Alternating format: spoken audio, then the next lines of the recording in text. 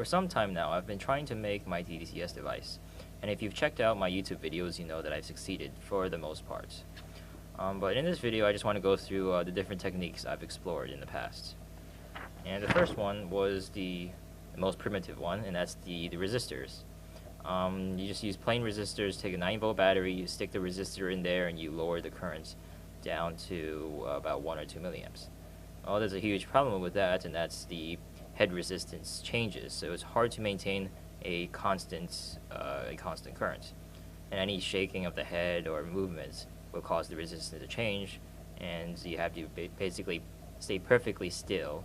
Otherwise, you'd have to keep altering the resistance, for example, with a potentiometer to maintain current resistance. So that wasn't very good. I just put babies on there because it's just one thing. You just need a battery, resistor, and sponges. But the next one I saw was one made by BRM Labs. It's probably still up. And this one uses a voltage regulator.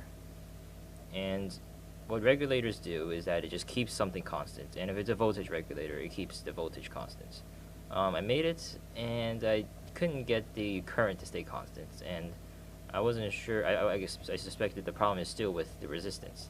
By keeping the voltage constant, that means the only thing that can change is current and resistance. If the resistance changes, such as in the case with a resistor, then the current's going to change. So this is really no better than using a plain old resistor. I might have did something wrong, but I don't know. I followed the schematic pretty well. The one I currently have, my current tDCS device uses this one. Uses a transistor. Uses this type of transistor. It's a LM334Z current regulator. So these are actual current regulators. So it keeps the current constant by varying the voltage.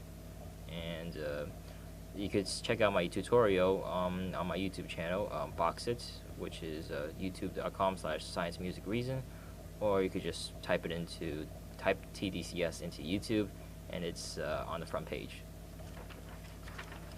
So this is the model that uses the transistor. It's all tangled up, and I'm not going to use this one anymore. The ends of the sponge is like a few months old. The alligator clips are really corroded because it's a copper alligator clip, and I'm low on batteries and everything. So, and it's pretty nice, but it's still too chunky for for what I want to do. I just want to have a little cap, and then just when I have a cap on, just put it on and start studying. So this is a little bit too chunky.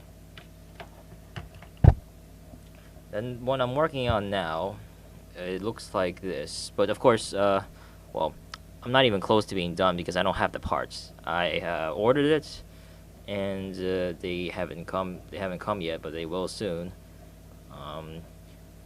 So basically, what I'm making now is an HD tDCS device. It's a multi-channel device. So the currents will go through the cathode, and then as it enters the anode, and as it goes through the cathode, it will split into 4, 5, 6, however many anodes or cathodes I want, and then the current would be split into each of the 5 or 4 cathodes sponges, and that would make it so that you would reduce the effects of the cathode, which is to basically make the part of the brain dumber wherever you put it on. And I just have the LED there just to see if it's if the circuit's connected or not. And I only have 2 transistors for the cathode because I ran out of transistors. So right when I get more, I'll complete this. The next one is something I just found out, and I was like, oh my gosh, if I knew about this earlier, this would have been so much easier. And this one is a diode. So current regulating diodes, not Zener diodes or some other type of diode. These are current regulating diodes. And unlike Zener diodes, it isn't a little tubular sort of object. It looks just like a transistor with 2 legs. And all it does is you can buy 1 milliamp or 2 milliamp or half milliamp diodes, current regulating diodes, and literally you just plug it in like a resistor.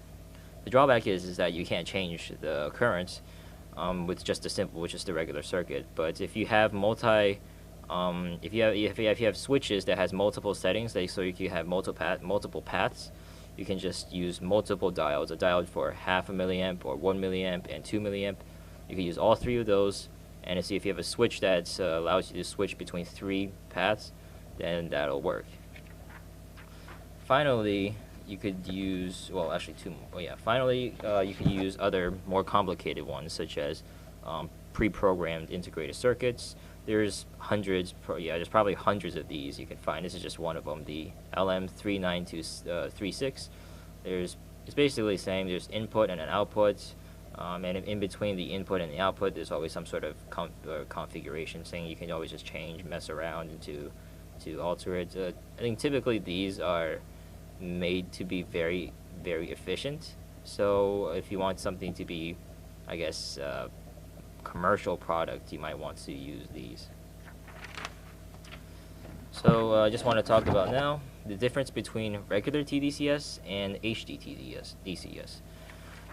There's actually a pretty big difference. The typical regular tDCS you've seen, like the one I have here, and what is it, Folk.us, the manufacturer of tDCS devices, and a bunch of other tDCS devices which manufactures regular tDCS. Regular tDCS has basically a sponge, 2 sponges. One sponge for the anode, other sponge for the cathode. So the electricity will go through from the anode, which is by definition the anode is where electricity comes from, and then out through the brain and throughout the cathode. Well, the problem is that the anode makes your brain stimulates the brain to produce or to release more neurotransmitters, whereas the cathode reduces the brain's release of neurotransmitters. Well, if you're wanting to make your brain smarter, one area smarter, you also don't want to make your other part of the brain dumber. So so what you want to do is you want to maximize the effect of the anode while minimizing the effect of the cathode. Currently, researchers have multiple ways of doing this. The one I'm doing, or the research I'm doing, in the neuroscience department, we usually just put it on our shoulder. But there is a problem with that too, because the electricity goes through the brain from the anode, and then all the way down it reaches to the cathode, and the effects of it are kind of diminished as well. So, and other people also suggested using larger cathodes, but I don't think that's how electricity works. Electricity wants to go through the fastest route, and if you have a large cathode, it might just ignore much of a large sponge. It might just ignore a lot of the sponge, so it wouldn't make any difference. So what you have is the goal of tDCS is to be very focalized. You don't want to mess around with much of the brain. You just want to focus just on one part of the brain, because if you mess around with a lot of the brain, you can often kind of screw up some stuff.